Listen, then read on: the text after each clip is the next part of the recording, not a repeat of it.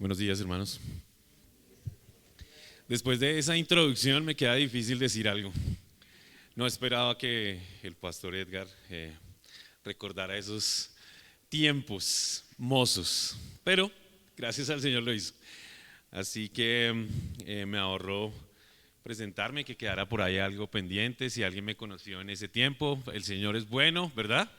El Señor ha hecho una gran obra con nosotros y estamos felices por eso. Así que, bueno, ya la introducción quedó a un lado. Hermano, qué alegría es definitivamente sentirse en casa. Yo no sé si usted ha tenido la oportunidad alguna vez en sus vacaciones o por alguna razón de ir a otra iglesia diferente a su iglesia local, pero es hermoso y es un gran gozo en el corazón llegar a un sitio en donde usted se siente en casa, en donde cuando usted entona un cántico, siente que lo hace con las voces de sus hermanos detrás suyo. Y cuando usted ingresa, a pesar de que, por gracia del Señor, yo conozco a muchos de los que están aquí, por gracia del Señor nomás, si usted tiene la oportunidad alguna vez de asistir a una iglesia en otra ciudad, si usted sale de vacaciones, tenga esa buena costumbre. Vaya, siéntase en casa. Eso cambia la percepción que tenemos en el corazón de lo que es la iglesia. La iglesia, definitivamente esta es la iglesia, pero la iglesia es aún mucho más. Y eso es glorioso. Así que quiero decirle gracias, mi hermano, por hacerme sentir en casa. El Señor es bueno. Estamos en casa y eso nos regocija, nos llena el corazón de gozo. Pero también quiero, les voy a dar una introducción un poco al porqué del texto y del sermón que hoy trataremos. Muchos de ustedes saben que el pastor junto con el pastor Álvaro dirigen, como diría algún hermano, son rectores y académicos del seminario ESER, ¿verdad? Muchos de ustedes participan de él. Bueno, este texto es un texto que hace muy poco tuve la oportunidad de preparar para una clase con una limitación en esa clase y era el tiempo. Así que por gracia de Dios, hoy puedo utilizar y valerme del tiempo a mi favor para poder terminar este sermón. Así que quiero contarle esto, hermano, como una pequeña introducción, pero también para recordarle que la gracia del Señor ha puesto su palabra en medio nuestro. La gracia del Señor nos ha bendecido con su palabra como luz suficiente para nuestras vidas. Pero esa luz vino a nosotros a través de un tiempo largo en el que hombres hablaron de parte de Dios hasta llegar al Hijo, hasta llegar a Cristo, aquel a quien nosotros durante este tiempo de oración exaltamos diciendo cuán gran poder hay en esa cruz, ¿verdad? De su boca ha venido el mensaje pleno, final para nosotros. El Hijo es la plenitud del mensaje. Así que, hermano, le pido que me acompañe al libro de los Hebreos, capítulo 1. Leeremos del verso 1 al verso 5. Y antes de hacer la lectura, quiero que tenga en mente lo siguiente. La versión que voy a utilizar en la lectura es la Nueva Biblia de las Américas. Si usted tiene la oportunidad de cambiar esa versión en su Biblia y utilizarla, le agradecería. Si no, siga el texto desde la versión que usted tenga, que no hay ninguna diferencia sustancial excepto algunas palabras diferentes posiblemente. Acompáñeme también, hermano, antes de empezar a orar y darle gracias a Dios por esto que haremos hoy. Recordar su palabra. Padre, quiero poner delante tuyo, Señor, este tiempo, Señor, en el que hablaremos de ti, Señor. Ayúdame, Dios, en esto. Señor, ayúdame a ser fiel a tu palabra, Señor. Ayúdame, aún siendo tan insuficiente para ello, Señor. Ayúdame a hacerlo para tu gloria, Señor. Y ayúdanos a nosotros todos como miembros de tu iglesia, como parte de tu cuerpo, Señor, a tener un corazón enseñable, noble, Señor, que reciba con mansedumbre la palabra de verdad, Señor, para ponerla por obra. Ayúdanos, Dios mío, porque necesitamos de ti, Señor. Ayúdanos a recordar, Señor, que tu palabra es verdad. Ayúdanos a recordar que es suficiente para nosotros, Dios. Ayúdanos a tomar esta palabra, Señor, para llevarla de nuestra mente a nuestro corazón, Señor, y así poder vivir una vida que dé gloria a tu nombre, Señor. Te pedimos esto, Señor, en los méritos de Cristo Jesús, Señor y Salvador nuestro. Amén.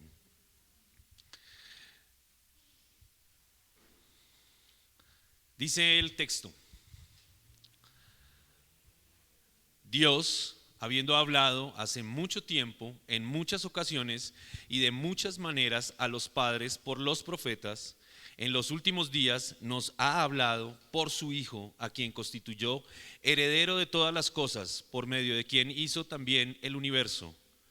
Él es el resplandor de su gloria y la expresión exacta de su naturaleza, y sostiene todas las cosas por la palabra de su poder.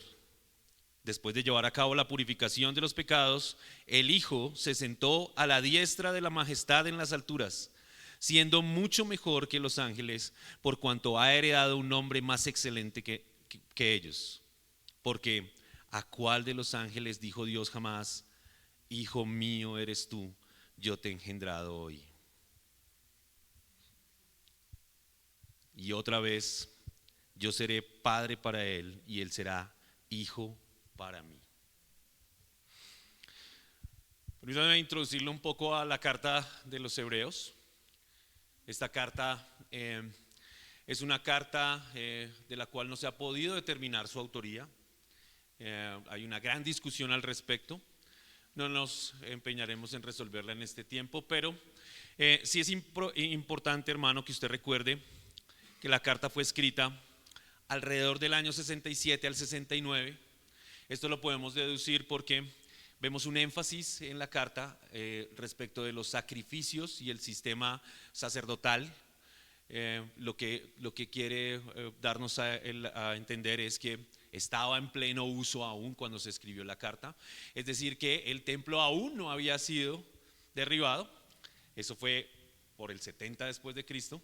Es decir, que la carta más o menos pudo haber sido escrita aún estando el templo en pie, es decir, en esa ubicación. También es importante que usted tenga en cuenta que la carta no tiene una referencia directa a los gentiles, sino que más bien es una carta que está dirigida a un pueblo que conocía claramente las palabras del Antiguo Testamento.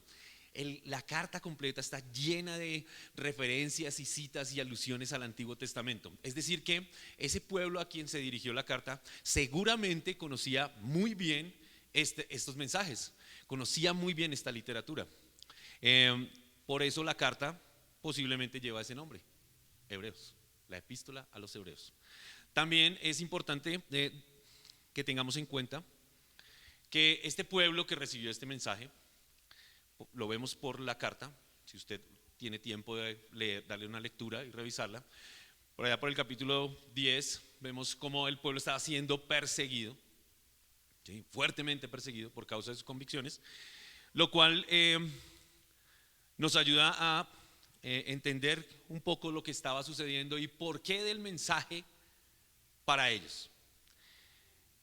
Una referencia importante para que usted tenga es que hay una comunidad, no sé si lo ha escuchado, es un nombre tal vez que hemos escuchado, es una comunidad, Qumran es el nombre, es una comunidad que estuvo asentada cerca del Mar Muerto, y esta comunidad de hebreos, a través de la persecución y a causa de la persecución, trató de diluir un poco su adoración al Señor y se fue transformando a una adoración a los ángeles, de tal forma que en algún punto llegaron a pensar o decir que Miguel, el arcángel Miguel, era superior al Mesías venidero. De alguna manera, esta historia de lo que pudo haber ocurrido con este pueblo nos ayuda a entender un poco por qué el autor dice entonces que el Señor, que el Hijo es superior a los ángeles. He titulado este sermón, El Hijo, la plenitud de la revelación. Y quisiera que lo viéramos en dos partes importantes. Verso 1 al 2, parte A, la importancia y la continuidad del mensaje, y verso 2 de la parte B hasta el final del verso 5, el Hijo, el glorioso portavoz del mensaje. Dice entonces el verso 1 y parte del verso 2: Dios, habiendo hablado hace mucho tiempo, en muchas ocasiones y de muchas maneras, a los padres por los profetas, en los últimos días nos ha hablado por su Hijo. ¿Qué podría refrescar más el alma de una persona que está sufriendo la persecución, que está al borde de perder su vida, que las palabras iniciales del autor? Dios, habiendo hablado en otro tiempo por los profetas en este tiempo, y de manera definitiva lo ha hecho en Cristo por medio de su palabra poderosa. El punto de partida de la carta son dos afirmaciones. La primera es Dios. El autor no necesita demostrar la existencia de Dios. Para él y para este pueblo que está recibiendo el mensaje, Dios es inminentemente verdad, es único. Pero, hermano, usted y yo sabemos que aún en medio nuestro se hace necesario probar la existencia de Dios. Y es una terrible apreciación llegar a ese punto.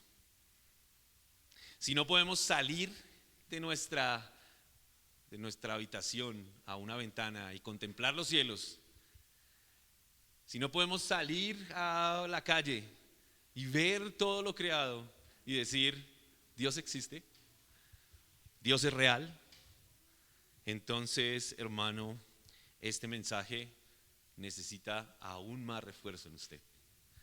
Dice el Salmo 19: los cielos cuentan la gloria de Dios y el firmamento anuncia la obra de sus manos.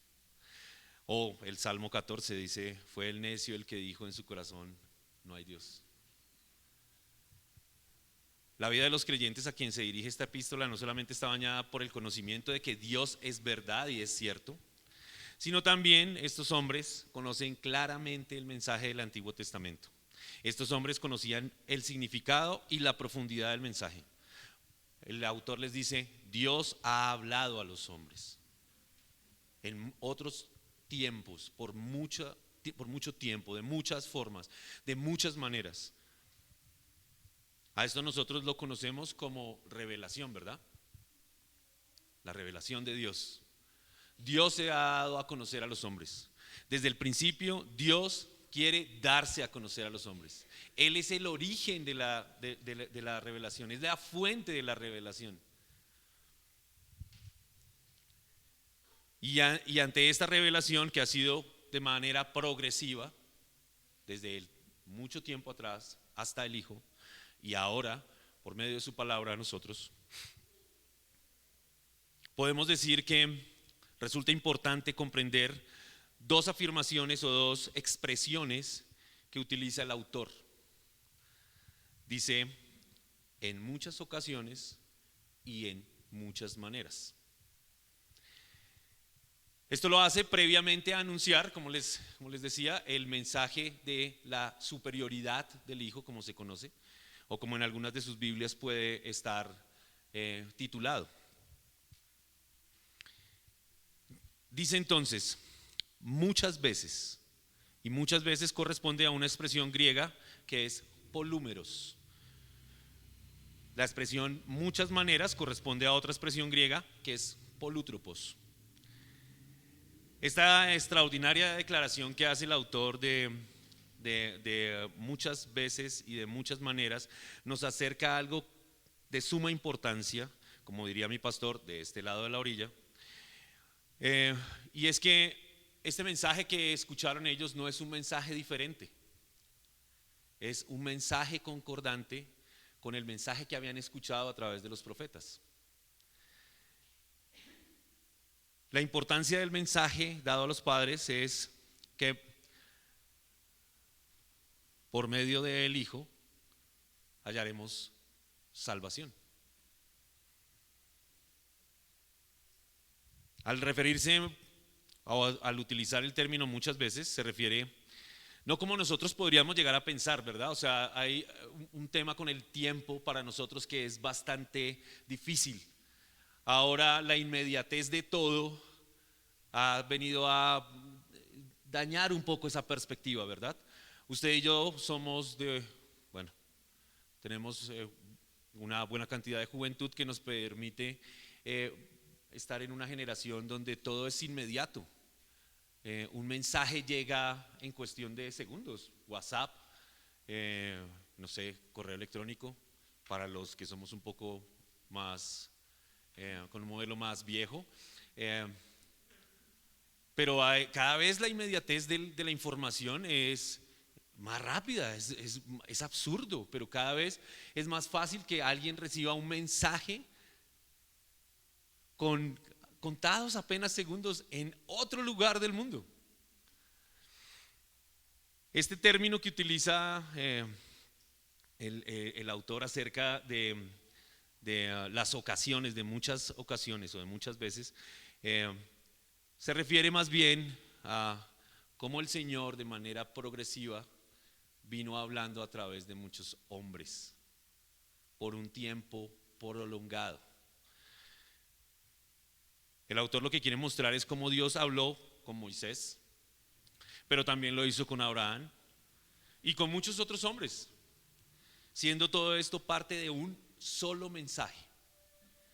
Abraham recibió la revelación por medio de sueños y por la visita de un ángel, pero Moisés la recibió la ley a través de ángeles, tuvo una visión en la zarza.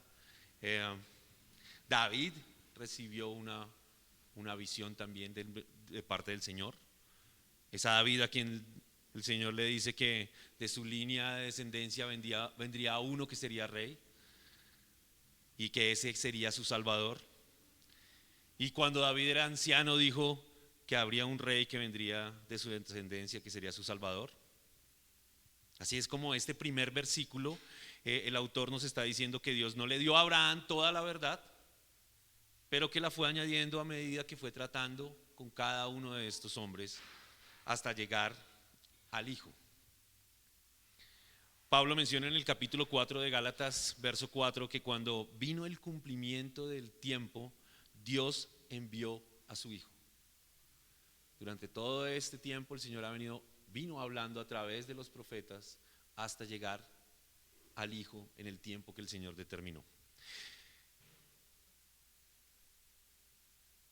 La segunda expresión es de muchas maneras. Esta palabra polutropos significa que Dios usó diferentes formas de comunicación.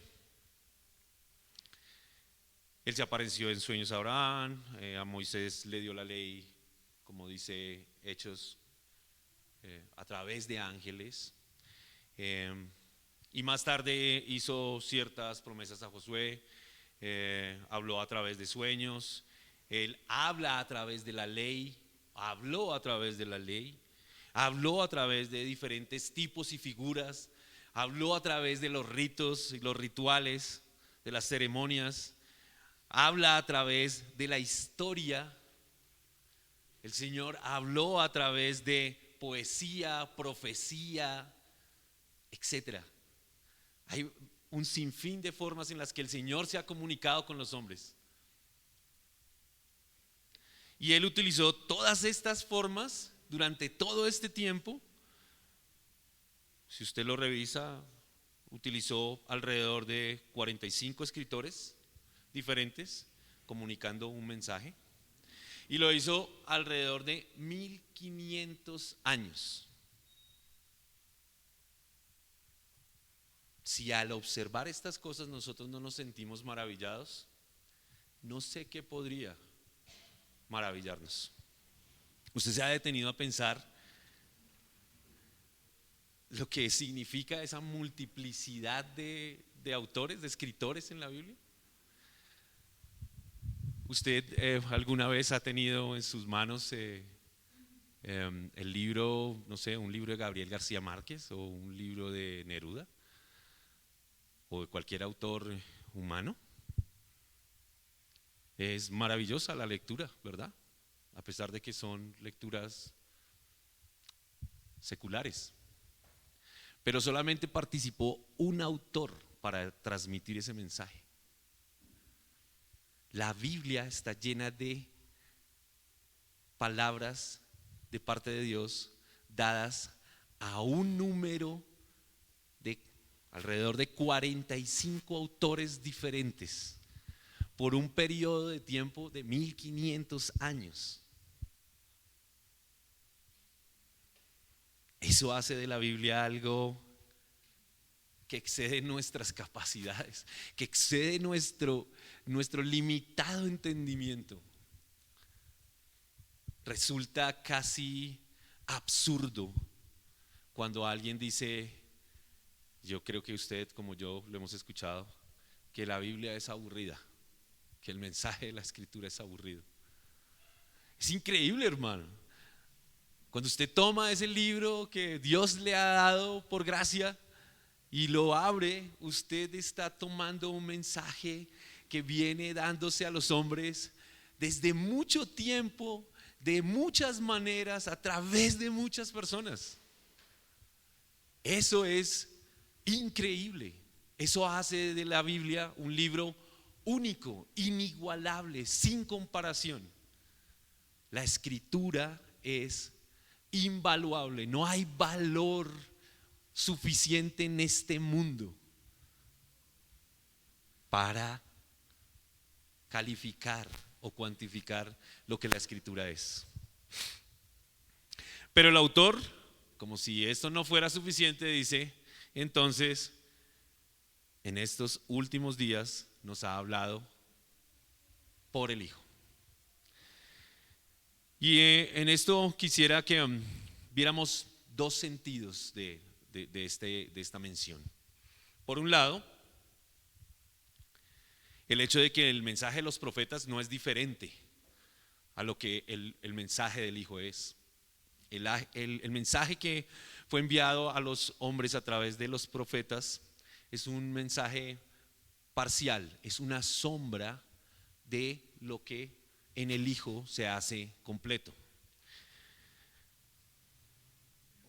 El Hijo entonces viene a ser el enlace entre el mensaje de los profetas y lo que Dios ha dado a través del Hijo.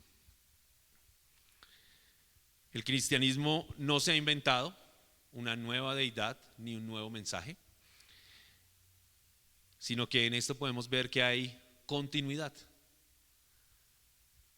Lo que Dios había venido hablando a través de otros hombres, ahora en el Hijo, continúa, pero con una mayor amplitud. En segundo lugar, creo que el autor nos recuerda, y es algo que usted y yo hemos escuchado muchas veces a través de nuestros pastores, a través de hombres santos, piadosos que han escrito textos enteros acerca de esto, y es la autoridad del mensaje, la autoridad de la Escritura. Al contener la Biblia, la Escritura, la revelación de Dios dada a los hombres, al ser el mensaje de Dios para los hombres, al ser la revelación de Dios para los hombres, la Biblia es toda autoridad para nosotros.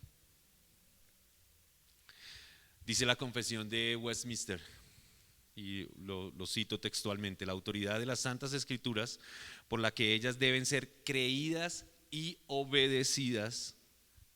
Voy a hacer este énfasis: creídas y obedecidas. No depende de ningún hombre o iglesia, sino exclusivamente de Dios. Entre paréntesis se encuentra en la confesión, quien en sí mismo es la verdad y quien es el autor de ellas, y deben ser creídas porque son la palabra de Dios. Estos tiempos son difíciles, hermano. Son difíciles tal vez para usted, son difíciles para mí. Vivimos en medio de una generación que se rehúsa a la autoridad.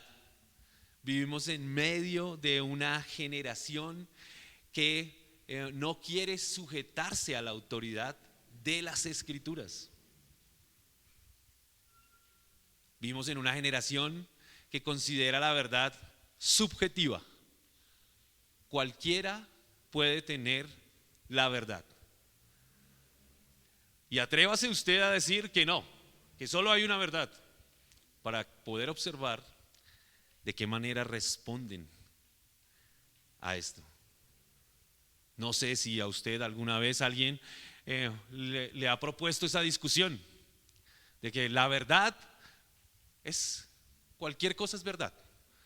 Y usted responde a ella: no, solo la Biblia es verdad, solo la palabra de Dios es verdad. La respuesta que usted va a recibir es: usted es un radical, fundamentalista, usted es peligroso. Bueno, no sé qué otros adjetivos calificativos puedan utilizar, pero algunos de ellos, con toda confianza le puedo decir, hermano, que ya los he recibido, y algunos de nosotros han recibido aún otros más, y algunos hombres tiempo atrás no solamente han recibido adjetivos calificativos, sino que han recibido azotes, espada, han perdido su cabeza, y no por dolor, sino porque la han perdido textualmente. Pero nosotros, hermanos, como lo mencionaba el pastor y como lo cantábamos esta mañana,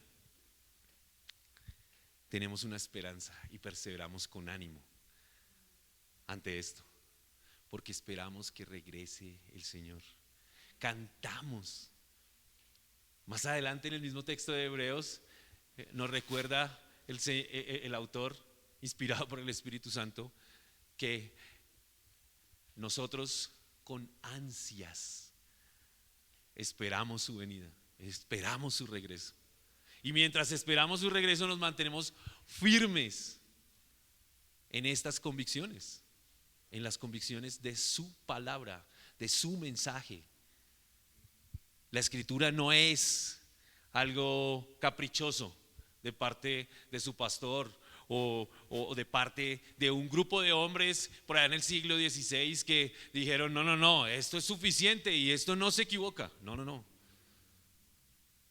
Desde el comienzo Dios ha estado hablando a los hombres. Desde el principio Dios ha querido mostrarse y darse a conocer. Y la mejor manera para usted y para mí es a través de su palabra, de la Escritura, de la Biblia. Muchos hoy, primer domingo del año, en otras toldas, estarán esperando recibir un mensaje que les prometa lo que va a suceder en este año, ¿verdad? Algunos de nosotros estuvimos en esos lugares y por gracia de Dios hemos sido rescatados. Pero esperábamos este primer domingo porque había una visión para el año, ¿sí? Como si se tratase de algo nuevo, que pudiésemos recibir una nueva revelación.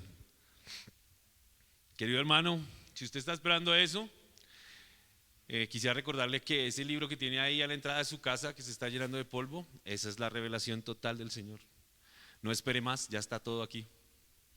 Todo, absolutamente todo. Ábralo, léalo, estúdielo. Enséñelo a sus hijos, enséñelo a su esposa, practíquelo. Esas son nuestras convicciones. El mensaje que estos hombres recibían del autor de la epístola a los Hebreos, en primer lugar, entonces tiene que ver con la importancia de ese mensaje de parte de Dios. El autor le recuerda que a través de muchos hombres, de muchas formas y en mucho tiempo, Dios se ha esmerado en hablarle a usted, a mí y a todos los hombres de quién es Él y de esa promesa maravillosa de un Salvador. Pero el autor continúa adelante. Dice entonces el verso 2, parte B, a quien constituyó heredero de todas las cosas, hablando del Hijo, por medio de quien hizo también el universo. Él, acerca del Hijo, Él es el resplandor de su gloria y la expresión exacta de su naturaleza y sostiene todas las cosas por la palabra de su poder. Después de llevar a cabo la purificación de los pecados, el Hijo se sentó a la diestra de la majestad en las alturas, siendo mucho mejor que los ángeles por cuanto ha heredado un nombre más excelente que ellos. El Hijo superior a los ángeles, porque a cuál de los ángeles dijo Dios jamás: Hijo mío eres tú, yo te he engendrado hoy, y otra vez yo seré padre para él y él será hijo para mí. Todo mensaje, hermanos, está calificado por el mensajero.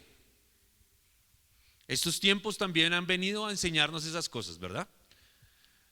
La pandemia, el temor, el terror ha sido traído cada vez de una manera más fuerte a sus mentes y a nuestros corazones a través de una serie de falsas noticias, de manipulación de la información, de etcétera, etcétera. Como decía el pastor, lo puedo decir con confianza porque lo dijo primero. Hoy podemos hablar con tranquilidad de ello.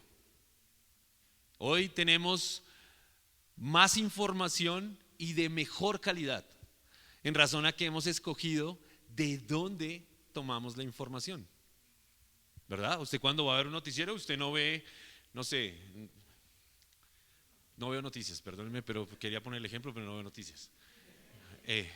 No sé, usted no lo ve Fuentes X o usted escoge Caracol, digamos. Ya alguien dijo, no, eso quiere decir que Caracol tampoco es bueno. Igual, gracias a Dios, he podido abstenerme de ver las noticias y de informarme por hombres que con sabiduría han buscado la información y me la han podido transmitir. Mi pastor, en mi iglesia, mis hermanos, quienes con juicio y con responsabilidad buscan la información, la compartimos y llegamos a un consenso a través de la verdad. Es decir que es importante calificar al mensajero, es importante calificar de dónde viene la verdad, quién es el que proporciona la verdad. Pero ¿por qué es tan importante? Y quiero contarle una historia, hermano, que me hizo sentir un poco triste hace muy poco. Tuve la oportunidad de compartirle el evangelio a una persona mientras me arreglaba las uñas. Tengo aquí anotado. Y también tengo aquí anotado que dice que no siento temor de decirlo.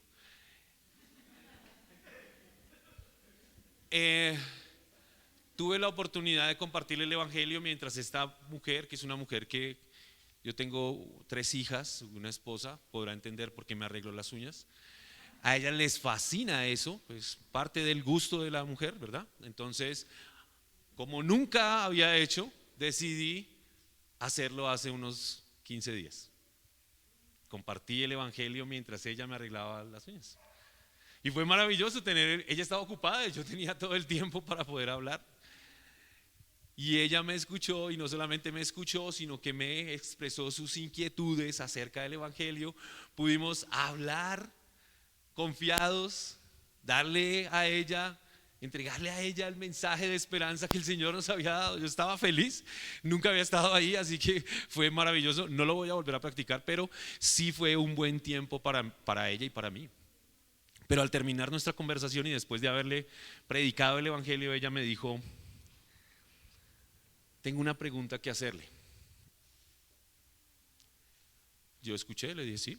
Me dijo, en su iglesia hay una persona que haga una traducción de esto que usted me ha dicho al lenguaje de señas. Tengo un hijo de 20 años, dice ella, sordomudo. Y yo quisiera que este mensaje se le transmitiera a él. Yo anhelo que él escuche lo que yo acabo de escuchar. Llevamos apenas una hora, tal vez. Entonces yo le dije, pero usted lo sabe hablar, porque usted no se lo transmite a él. Y ella me respondió, yo no podría decirle a él lo que usted me dijo, ni en la forma que usted me lo dijo. Y igual que en ese momento, también me hizo falta un poco de aire y me tembló la voz. Me sentí preocupado, porque en mi iglesia no había alguien que hiciera eso. Ella me dio a entender la necesidad que tenemos de un mensajero efectivo, bien calificado y perfecto. Ese mensajero lo proveyó el Señor. Jesús es ese mensajero.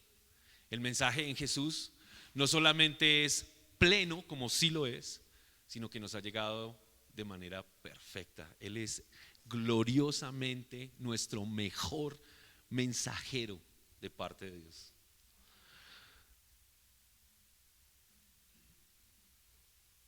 Así que lo entendí haciéndome las uñas. Por eso no siento temor de decirlo. ¿Qué dice entonces el autor acerca de el Hijo? ¿De quién es el Hijo? Durante estos 3 versos, pero si usted sigue leyendo todo el capítulo 1, se va a encontrar con unas declaraciones maravillosas de quién es el Hijo. Todas son citas tomadas del Antiguo Testamento, es decir, de palabras que ellos comprendían plenamente. ¿Qué dice entonces?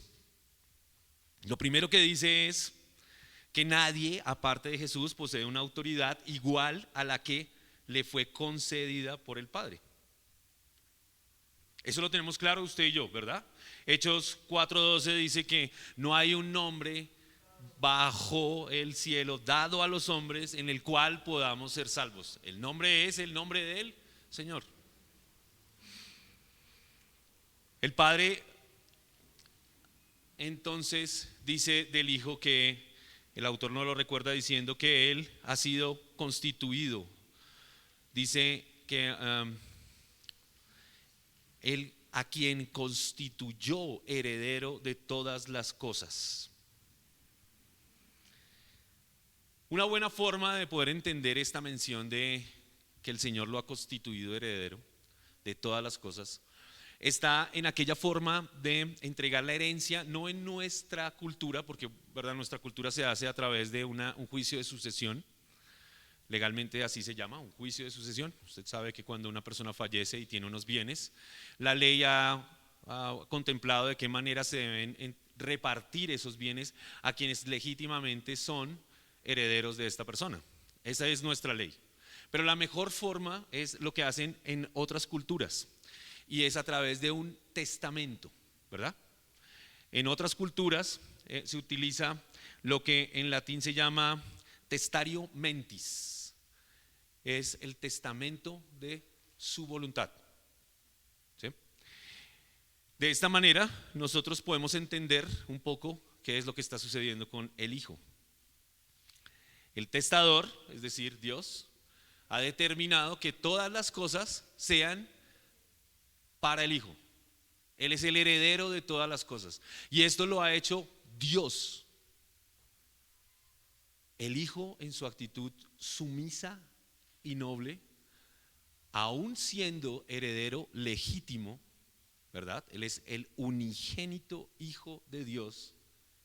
Aún siendo Él legítimamente el único, no reclama de ellas, sino que es el Padre quien lo constituye heredero de todas las cosas. Un poco para calificar también quién es Jesús y cómo Jesús se muestra a los hombres. El Evangelio en Mateo 28, 18 dice que acercándose Jesús les dijo a sus discípulos: toda autoridad me ha sido dada en el cielo y en la tierra. No es una autoridad que yo tomé esa autoridad, ¿no? El Hijo dice: me ha sido dada. Es decir, que esto explica un poco por qué el autor de Hebreos dice que el Padre constituyó al Hijo heredero de todas las cosas. Es raro, es algo difícil si continuamos adelante con lo que menciona el autor, pero ya veremos por qué es importante. Pero quisiera ampliar un poco esta mención para que pudiéramos comprender un poco más. Dice, en primer lugar, vemos que menciona el autor que lo constituyó, es decir, que el Hijo no tiene una actitud arrogante, como lo había mencionado, que tampoco por filiación el Hijo demanda esas cosas, es decir, por la familiaridad. A familiaridad me refiero con la Trinidad, la conformación de la Trinidad. Al tratarse de la voluntad del Padre, nos ayuda a comprender, junto con la siguiente mención que hará el autor de Hebreos, un poco más esto. Y dice que fue por medio de Él como creó el universo, como se creó el universo. Estas dos cosas están juntas, van juntas: el hecho de que el Hijo es el heredero, pero también de que por medio del Hijo se creó el universo. Y es que para nosotros es completamente claro para quién se creó el universo, ¿verdad? Si alguien le preguntara a usted, ¿para quién creó Dios el universo?, usted podría responder con toda claridad, ¿verdad? ¿Verdad? ¿Lo creó para nosotros? No. El universo fue creado para el Hijo. Por eso el Hijo es el heredero de todas las cosas. No nosotros. Cuando Dios creó el universo, lo hizo por medio de Él, pero también lo hizo para Él y lo hizo por Él. Juan 1:3 dice: todas las cosas fueron hechas por medio de Él, y sin Él nada de lo que fue hecho llegó a ser hecho. Él es el medio y también es la causa para que las cosas se hagan. ¿Cómo nos beneficia a nosotros entonces esto? ¿De qué manera puede beneficiarnos a nosotros, a usted y a mí, estas afirmaciones? El apóstol Pablo dice en Romanos 8, versos 16 al 17, si usted quiere ubicarlo, por favor. 8, versos 16 y 17.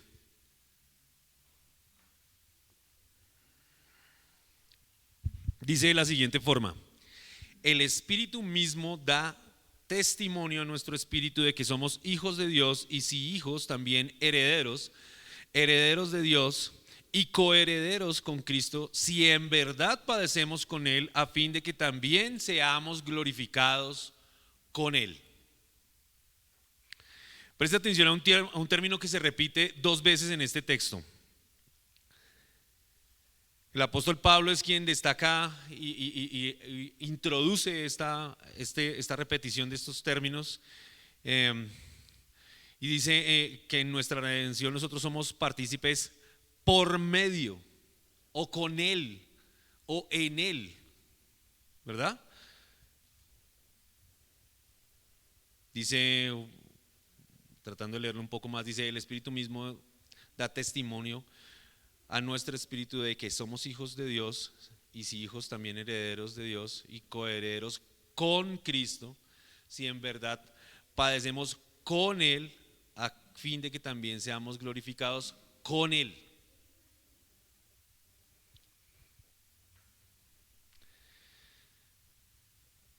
Tenemos un privilegio, hermanos, y es el privilegio de estar unidos a Cristo por medio de nuestra nueva vida espiritual, ¿verdad? Este privilegio de estar unidos a Cristo nos hace coherederos con Él. Es decir, estamos unidos a Cristo y participamos de lo que Él es heredero. Y hacemos esto si nos identificamos con Él, dice el apóstol, en sus padecimientos, para que también seamos glorificados con Él. La Escritura utiliza diferentes imágenes para ilustrar esta preciosa unión. No obstante, creo que la más conocida y tal vez la más preciosa de ellas es la que hace Juan acerca de los pámpanos, la vid y los pámpanos, ¿verdad? Usted y yo estamos injertados como pámpanos a esa vid y por eso nos nutrimos de esa verdad. Fuimos unidos entonces a Cristo en la eternidad, somos partícipes con Él de la obra de redención, somos también unidos a Él cuando nos convertimos y vivimos la vida cristiana en Él y seremos resucitados con Él para vivir junto a Él para siempre. Esa es nuestra esperanza. Ese es un resumen de nuestra esperanza. Esto quiere decir que nuestra unión con Cristo sucede desde la eternidad hasta la eternidad. Desde la elección antes de la fundación del mundo hasta la vida eterna en los cielos. Y aunque esto parezca misterioso para muchos, es la gloriosa verdad a la que nosotros nos sujetamos y creemos y nos gozamos de ella. Pero además entonces continúa el autor. Este texto pareciera como ese regaño del padre que pareciera no terminar nunca y que sigue y que sigue. Bueno, gloriosamente el autor de Hebreos sigue diciendo cuántas cosas y cualidades hermosas hay en el Hijo. Y continúa diciendo entonces, es por medio de quien Dios hizo el universo, como mencionábamos al final del verso 2. Y poco podemos agregarle a ello, más de lo mencionado antes acerca de la vid y los pámpanos, más que decir que en esto, como gloriosamente se relaciona y explica, podemos contemplar en gran forma la Trinidad. El Padre se presenta como la fuente y el origen de todas las cosas. El Hijo o el Verbo se ve como el agente para todo lo creado y quien revela a Dios. Y el Espíritu Santo, aunque no está mencionado directamente en nuestro texto, sabemos, es aquel que regenera, cumple con la obra regeneradora del Señor, quien da vida a aquello que ha sido creado por designio del Padre y la operación del Hijo. Todo ha sido creado por medio de Él, para Él y por Él. Dice ahora entonces el verso 3. Él es el resplandor de su gloria y la expresión exacta de su naturaleza. Y esta expresión de la expresión exacta de su naturaleza que utiliza el autor pareciera ser un poco contradictoria cuando usted la mira un poco más detalladamente y en conjunto de todo lo que la Escritura dice, ¿verdad? ¿Cómo el Hijo puede ser la expresión exacta o el resplandor de la gloria del Padre si el Padre no es algo que nosotros podamos ver? La física dice que para que un cuerpo refleje, tiene que poderse ver, si no, no podría haber un reflejo, ¿verdad? ¿Cómo lograr entender esto tan aparentemente contradictorio, pero tan profundo que menciona el autor de Hebreos y que la Escritura nos deja ver? Dice el apóstol Pablo en Colosenses 1:15 que Jesús es la imagen visible del Dios invisible, ¿verdad? Para que tengamos en cuenta para iniciar esto. Dios es invisible, pero Jesús es la imagen del Dios invisible. Sin embargo, el Hijo de Dios alcanza una imagen, ¿sí? Esta imagen que mencionamos, a través de algo que celebramos durante este último tiempo, ¿verdad? La encarnación. La Navidad o los festejos de la Natividad no son otra cosa que reconocer que Dios se hizo carne a través del Hijo, ¿verdad? Entonces, al respecto, el resplandor de Jesús proviene del Padre. Dice el autor que, utilizando una expresión que se utilizaba cuando se acuñaban las monedas. ¿Sí? Esta mención de que es la expresión exacta. Antes, y aún ahora se utiliza, pero tal vez era más importante antes ver una moneda, porque en la moneda se imprimía el perfil del emperador, que era quien acuñaba esas monedas, ¿verdad? Y esa era la imagen exacta del emperador. Es como cuando usted imprime una foto suya, ¿verdad? Ese es usted. Usted ve su imagen exacta ahí. Sin Photoshop, obviamente. Esa es la imagen exacta de usted. En la moneda, ese término que utilizó el autor quiere decir eso. Se utilizaba para eso, para acuñar monedas. El comentarista Hendrickson menciona al respecto de esta mención, dice que el Hijo es entonces en su ser completamente lo mismo que el Padre. En su ser es completamente lo mismo que el Padre.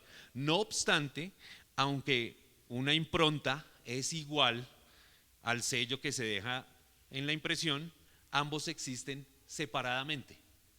Piensen en un sello, ¿verdad? El sello tiene una imagen. Cuando usted pone la imagen sobre la hoja, es exactamente la imagen que tiene el sello, pero la imagen y el sello son diferentes, coexisten separadamente. Usted ve esa imagen en la hoja, está en el sello, pero el sello no está puesto sobre la hoja, solamente dejó su impresión sobre la hoja. Continúa diciendo Hendrickson, el Hijo que lleva la impronta misma de la naturaleza de Dios no es el Padre, sino que procede del Padre y tiene una existencia separada. El Hijo, hermanos, revela al Padre. Y muchos se preguntan cómo es Dios, cómo podemos hacer para saber quién es Dios y determinar cómo es, y yo me puse como en la tarea de a estos hermanos que son tan preparados, porque con el pastor Edgar y todo el esfuerzo, y conozco a algunos de ellos y sé que son hombres que estudian muy detalladamente la escritura, y dije, ¿qué ilustración utilizo para mostrar esto? Y me alcanzó a caer un poco más el pelo y logré encontrar dos ilustraciones que tal vez nos ayuden a entender un poco esto. Dice, la primera que tengo yo anotada aquí, dice, el espejo es una cosa muy diferente al objeto que refleja, ¿verdad? En el espejo se refleja usted, pero el espejo es muy diferente a la cosa que refleja. O sea, a pesar de que lo refleja, el espejo no es eso que está reflejando. Pero aún así se queda corto, ¿verdad? O sea, aún con el espejo a mí como que me hacía falta algo más. Y por gracia de Dios estos días pude compartir con mi familia este fin de año en un lugar en el Neusa, en un lugar frío donde se necesita hacer fogata para no congelarse. Y ahí encontré tal vez esta segunda ilustración que me ayudó un poco más. Y es el fuego y el calor. Cuando usted mira una llama, usted ve la llama, ¿verdad? Pero usted no ve el calor que ella proporciona. Pero meta el dedo, usted va a sentir el calor y va a ver la llama. Tal vez esto nos ayude a entender un poco más cómo es que el Señor, el Hijo, es el resplandor de la gloria de Dios. Aunque al Padre no lo vemos, meta el dedo a la llama y se va a acordar que ahí está el Padre, pero usted ve la llama. Es una ilustración casi que de niños, pero pues lo logré ahí, hermanos, tengan misericordia de mí. Entonces, al ser la imagen, el Hijo es la expresión exacta del Padre, se hace más claro y más contundente que lo que sigue diciendo el autor de Hebreos, que Él es el que sostiene todas las cosas. Claro, nosotros queremos pensar y lo hacemos bien, en que Dios es quien sostiene todas las cosas. Pero al ser el Hijo la expresión exacta del Padre, tiene todo valor que Él sea el que la sostenga. Él es esa imagen que nosotros necesitábamos ver. Eso es glorioso, hermano. Ese Jesús en el que usted cree, no sé hace cuánto tiempo usted lo cree, ese es el Jesús que nos salvó, uno que sostiene todas las cosas con su palabra poderosa, que es la imagen de Dios. Gloria a Dios. Pero continúa aún el autor de Hebreos, tiene más cosas que decir del Señor. Dice algo que usted y yo necesitábamos como aquellos a quienes se les escribió la epístola de los Hebreos. Dice que después de llevar a cabo la purificación de los pecados, el Hijo se sentó a la diestra de la majestad en las alturas.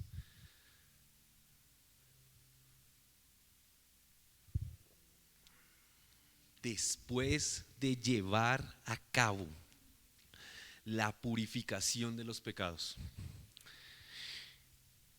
Esta parte final del sermón está bañada por esa mención. El Hijo llevó a cabo la purificación de los pecados. Si usted sigue leyendo la carta a los Hebreos, la epístola, se va a encontrar con que está dividida en algunas comparaciones, ¿verdad? Lo que hace el autor es comparar el mensaje del Hijo con el mensaje de los profetas, comparar a Jesús con Moisés, comparar a Jesús con los sacerdotes y sus sacrificios, etc. Si usted la lee detalladamente, lo cual lo invito, hermano, va a encontrar todas estas cosas que son hermosas. Pero tratando de traer un poco lo que usted puede leer más adelante, la obra de la expiación de nuestros pecados venía siendo algo que ya se practicaba desde tiempo atrás, ¿verdad? Antes del Hijo. Se hacía a través de lo que mencionamos al comienzo, ese sistema sacrificial, los rituales, los ritos, los sacrificios, y a través de los sacerdotes que tenían encargada esa labor, ¿sí? Pero ese trabajo que hacían los sacerdotes, esa obra que hacían los sacerdotes era parcial. ¿Por qué era parcial? No sé si usted lo recuerda, pero quiero recordarlo rápidamente. El sacerdote tomaba, sacrificaba a los machos cabríos y a los toros, y la sangre la llevaba a través del tabernáculo hasta llegar al lugar santísimo, y en el propiciatorio cubría con ese sacrificio para que el perdón de los pecados le fuera concedido al pueblo, y él se retiraba, ¿verdad? Él no se quedaba ahí, sino se retiraba.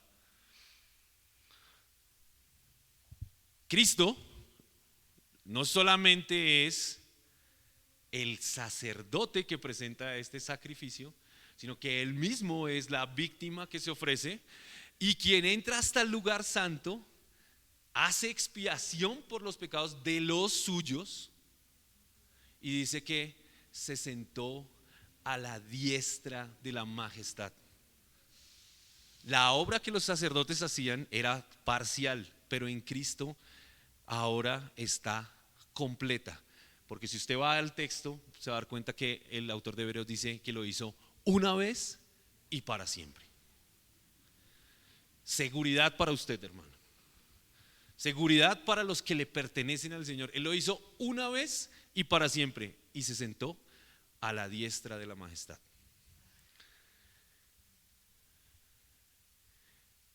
A esto lo conoce o lo llama la teología el estado de humillación, ¿verdad? El Señor fue humillado en la cruz hasta lo sumo, como dice también el apóstol Pablo, tomando forma de siervo, se humilló, siendo obediente hasta la muerte, y la muerte de cruz, ¿verdad? Pero el Señor no se quedó en el estado de humillación. El Señor entonces también está en el estado de exaltación. El Señor ha ascendido a los cielos y se ha sentado a la diestra de la majestad. Es más, el sacrificio que usted, si usted lo revisa, el sacrificio que hizo el Señor, lo hizo no en el tabernáculo humano, no en el que se levantó por medio de manos de hombres. Lo hizo delante de Dios, en el tabernáculo celestial.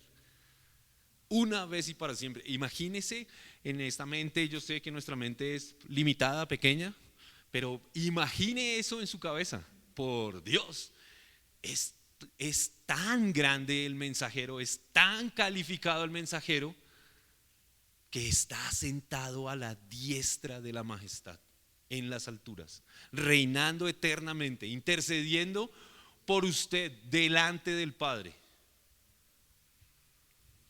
El Hijo no se ha quedado corto en su obra. Él ha hecho plenamente eficaz el sacrificio. Y ahora usted y yo, por eso podemos entrar delante del trono de la gracia para hallar oportuno socorro.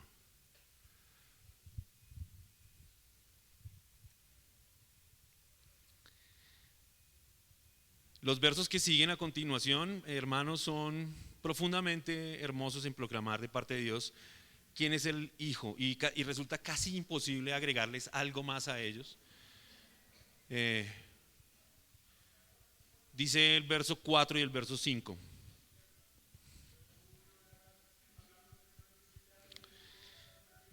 El Hijo, dice del Hijo, siendo mucho mejor que los ángeles, por cuanto ha heredado un nombre más excelente que ellos. Perdón.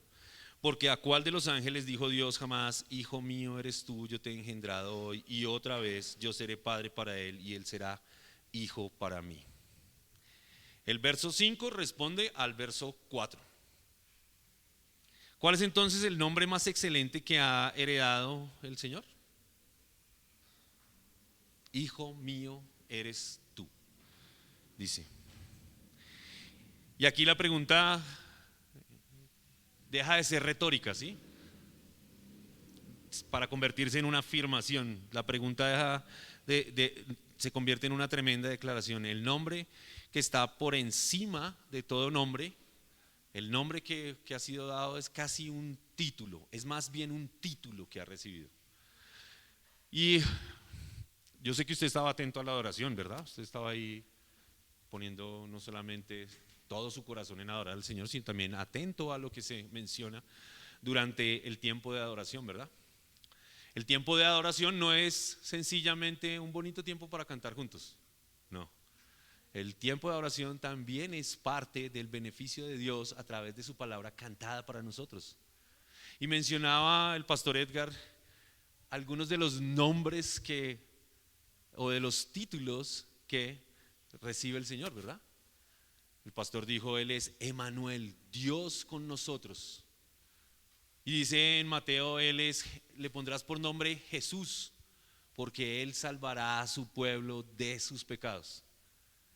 El nombre para los hebreos no era algo que se pudiera poner de manera arbitraria, ¿verdad? El nombre tenía que concordar con aquella esencia que la persona tiene. Hoy no se utiliza eso, ¿verdad? Hoy ni siquiera pensamos, sino, es que a mí me gustó, no sé, Catalina, y le ponen el nombre Catalina a su hija. Bueno, ellos eran un poco más cuidadosos, su historia se los había enseñado, el Señor también les había enseñado, y en el caso puntual del Hijo, el Hijo es un título realmente, porque ustedes no ven aquí en el libro, en esta primera porción de Hebreos, que mencione a Jesús, ¿verdad? Ni el Cristo, ni nada, solamente menciona el Hijo, como un título, pero para él es un nombre, porque él relaciona al Hijo de esta manera, con los nombres que eran conocidos para ellos respecto de Jesús. Ahora bien, la superioridad del Hijo frente a los ángeles prácticamente resulta innecesaria recordarla o demostrarla, ¿verdad? No sé, es mi confianza también que ninguno de nosotros pues tuviese o tenga esa práctica que les mencioné de esta comunidad Qumran, ¿sí? Que llegaron a adorar más a los ángeles que al propio Hijo, o que hoy es frecuente, porque hoy también es frecuente, ¿no? en el catolicismo romano, por ejemplo, se adoran los ángeles, ¿verdad? Bueno, y en otras prácticas también se hace, pero sé y tengo mi confianza que no sucede entre nosotros. Por eso creo que es innecesario tratar de demostrar la superioridad, así como lo consideró el autor de Hebreos, la superioridad de Cristo o del Hijo frente a los ángeles. Lo que sí parece ser importante y concordante con la primera parte del mensaje es que lo que el autor quiere darle a entender a estos hebreos y en lo cual ellos tenían ciertas circunstancias difíciles, y es que para ellos el profeta más relevante en su historia no era ni Jeremías ni Isaías, sino era Moisés, ¿verdad? Para ellos era, o sea, es más, aún si usted tratase de tener alguna discusión acerca de Moisés frente a un judío, se sienten lastimados al tratar a Moisés de una manera inferior a Cristo. Algunos, no todos, pero sí es importante entonces que el autor les recuerde aquí a ellos que el mensaje del Hijo es superior al mensaje de los ángeles. Hechos 7, verso 53.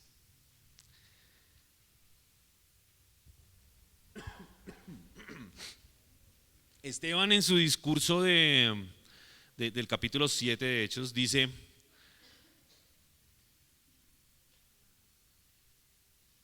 recibieron la ley por disposición de ángeles y sin embargo no la guardaron, ¿verdad? Dice así, refiriéndose a que Moisés recibió, o era la tradición que Moisés recibió la ley por medio de ángeles. El autor hace esta mención aquí de que el Hijo es superior a los ángeles para que ellos pudieran entender que su mensaje, el mensaje del Hijo, era superior o era pleno o completo frente al mensaje de los ángeles. El mensaje del Hijo es completo, es superior. Pero hay dos términos que me llamaron ahí la atención para que terminemos. Dice el término siendo mejor o hecho tanto superior, ¿verdad? En algunas versiones dice hecho tanto superior, en otras dice siendo mejor. Y esto debe recordarnos que la exaltación de Jesús y el nombre que le fue otorgado fueron una consecuencia de su humillación, la humillación que él mismo se impuso al tomar forma de esclavo y hacerse obediente hasta la muerte. Y ahora nosotros, al contemplar las cualidades y los atributos, la obra del Hijo como mensajero del Padre, heredero, sustentador de todas las cosas, quien por medio de su propio sacrificio purificó nuestras conciencias de obras muertas, haciéndonos coherederos en unión con Él, por medio de su mensaje concordante con el de los profetas, un mensaje que fue anunciado desde el principio por el Padre y cumplido ahora por el Hijo. Entonces podemos decir que es más que suficiente, inerrante, infalible, que es la norma de conducta, que es la norma de fe a la cual usted y yo y todos nosotros nos sometemos voluntaria y gozosamente hasta el día que lo veamos venir para reinar eternamente. Eso es importante para usted y para mí, hermanos. Su palabra sustenta nuestras vidas, sostiene nuestro peregrinaje en este mundo. Debe ser su norma de fe, debe ser su norma de conducta. Sí, no hablamos de un tema moral, pero sí debemos tenerla como la base de nuestros juicios en todas las cosas. No tenga temor, hermano, hay esperanza para nosotros cuando abrazamos fuertemente la Escritura, cuando decimos no y resistimos al pecado que quiere disimularse para introducirse en nuestras iglesias, en nuestras casas, que quiere introducirse en la vida de nuestros hijos. La Escritura es suficiente para que usted y yo podamos resistir, hermano. para que usted y yo podamos gozosamente soportar y padecer en unión con Cristo. El autor de Hebreos le estaba hablando a una comunidad, a un grupo de hombres que padecían una persecución como tal vez ninguno de nosotros hemos padecido. O tal vez alguno de nosotros pudiese estar siendo perseguido de alguna forma similar. Y les estaba recordando que Dios desde el comienzo estaba hablando para darse a conocer, que lo hizo por medio de los profetas, que lo hizo de muchas formas, que se mostró quién Él era, que dio su promesa a los hombres y que ahora ha enviado a su Hijo para que en Él su palabra no sea solamente una promesa, sino sea un hecho cumplido. Cristo fue a la cruz y murió por usted y por los suyos. Ascendió a los cielos y se sentó a la diestra de la majestad para reinar eternamente, hasta que el último de sus enemigos sea puesto por estrado de sus pies y regrese para que lo veamos eternamente. Eso es suficiente para usted, para mí. Algunas aplicaciones. Si usted espera alguna nueva revelación para este año que le permita llevar una vida que glorifique el nombre del Señor, como es demandado para todos los hombres y sobre todo para los que le pertenecen por la obra del Hijo, le recomiendo que abra su Biblia y la lea constantemente. Ella es la revelación de Dios, suficiente para usted, para mí y para todos los hombres. Este pasaje nos recuerda algo increíblemente maravilloso. Jesús es quien sustenta con su palabra todo lo creado. Por medio de su sacrificio purifica nuestros corazones. Jesús ha ascendido a los cielos, sentado en el trono, reina con poder. Si hay desánimo o desaliento en usted, recuerde esto, es suficiente para su corazón. El Señor reina eternamente, está sentado en el trono, a la diestra de la majestad. Hay esperanza para nosotros. Y si usted nos visita o visita esta iglesia perdón que diga nos visita, discúlpenme. Si usted visita por primera vez la iglesia, si usted es la primera vez que escucha el mensaje del Evangelio, quiero decirle que estas son nuestras creencias, hermano. Estas son nuestras creencias. Pero también quiero decirle que corra al Señor, que le busque con afán como nunca, con diligencia. Pues desde el principio, hermano, Dios ha estado dándose a conocer. Y Él se da a conocer para que nuestras vidas nunca más sean iguales. Acompáñeme a orar, hermano. Démosle gracias al Señor. Nuestro buen Dios, queremos pedirte, Dios, que nos perdones, Señor, porque no somos suficientes, Señor, porque hemos fallado, Señor, muchas veces en ser fieles a tu palabra. Porque cuando ha venido la prueba, cuando ha venido el desánimo, Señor, olvidamos que es tu palabra la fuente, Señor, de gozo para nosotros, que tu palabra es segura, que es eficaz, que es infalible, Señor. Ayúdanos a recordar en nuestros corazones constantemente cuál es el agua que necesitan beber nuestros corazones para estar eternamente saciados en ti, Señor. Damos gracias también, Señor, porque has provisto, Señor, para nosotros una fuente más que suficiente, Señor. Tu palabra es verdad, Señor. Ayúdanos a percibirla, a atesorarla, a amarla, Señor, constantemente, Señor. Empieza un nuevo año, Dios, y hay cientos de propósitos en nuestra vida. Pero ¿cuál sería mejor, Señor, que sumergirnos en tu palabra eternamente, diariamente, constantemente, Señor? Gracias, Dios mío, porque Esto no es posible, Señor, no sería posible si tú no hubieras provisto, Señor, de ella a través del Hijo, Señor, a través de nuestro Salvador. Gracias, Dios mío, porque te hiciste Dios con nosotros para purificar nuestros pecados, Señor, por medio de su sacrificio. Hoy te damos gracias, Dios mío, por tu palabra y te pedimos en el nombre de tu Hijo, Señor, que hagas que tu palabra no sea solamente un concepto en nuestra mente, Señor, sino que pueda anidarse en nuestros corazones para convertirse en la forma en la que vivimos, adoramos y exaltamos tu nombre, Señor. A ti sea la gloria, Señor, a tu nombre sea la gloria, eternamente. Amén.